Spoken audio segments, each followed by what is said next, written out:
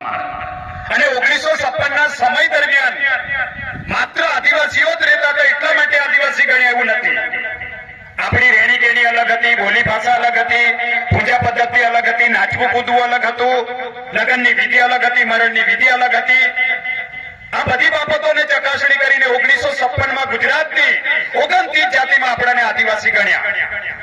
પણ હાલના તબક્કા પર આપણને ખબર છે, મુરબ્બી રામસિંહભાઈ કીધું તેમ જયારે વિશ્લેષણ સમિતિ કોઈ પણ ગવર્નમેન્ટ એમ્પ્લોય તરીકે નિમણૂક પામવા જાય, આપણો દીકરો કોઈ એક્ઝામ પાસ કરે તો તેને વિશ્લેષણ સમિતિ જાત જાતના પુરાવાઓ અને એવિડન્સ માંગે છે. તે મૂળ વસ્તુ આ જ માંગે છે.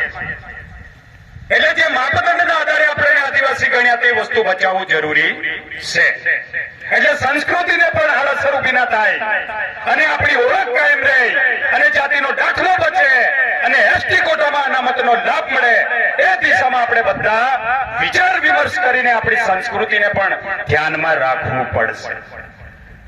જે દિવસે આપણી સંસ્કૃતિ ગઈ તો આપણી ઓળખ ગઈ, અને ઓળખ ગઈ તો તમે આદિવાસીમાંથી આઉટ થઈ જવાના. બરાબર છે?